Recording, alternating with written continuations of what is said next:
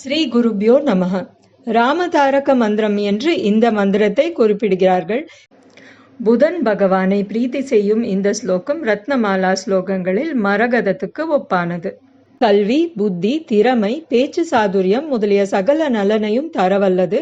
ராம லக்ஷ்மணர்களை, பிராட்டி சீதையை, மற்ற தேவதா ஸ்வரூபங்களை அனுமன் வணங்கும் ஸ்லோகம்.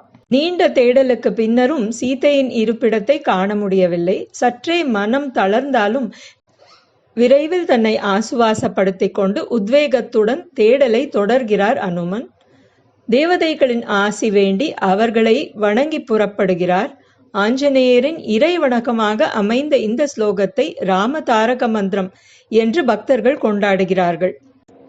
நமோஸ்து ராமாய சலக்ஷ்மணாய தேவ்யை ச தஸ்யை ஜனகாத்மஜாயை நமோஸ்து ருத்ரேந்திர யமானிலேப்யஹ நமோஸ்து சந்திரார்க்க மருத்கணேப்யஹ. ராமனுக்கும் லக்ஷ்மணனுக்கும் நமஸ்காரம். ஜனகரின் புத்திரியான ஜானகி தேவிக்கு நமஸ்காரம். ருத்ரன், இந்திரன், அக்னி ஆகியோருக்கும் வந்தனம். சந்திர சூரிய தேவர்கள், மருத்கணங்கள் ஆகியோருக்கும் வணக்கங்கள் என்று துதிக்கிறார் Hanuman. The mantra is considered as emerald amidst the gems in Ratnamala shloka. It pleases planet Mercury.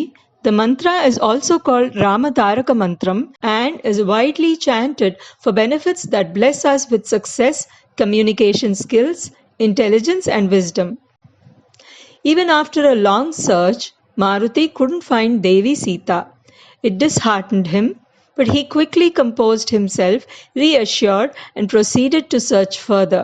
The shloka has Hanuman worshipping the Devatas, seeking their help and blessings to succeed in his endeavor.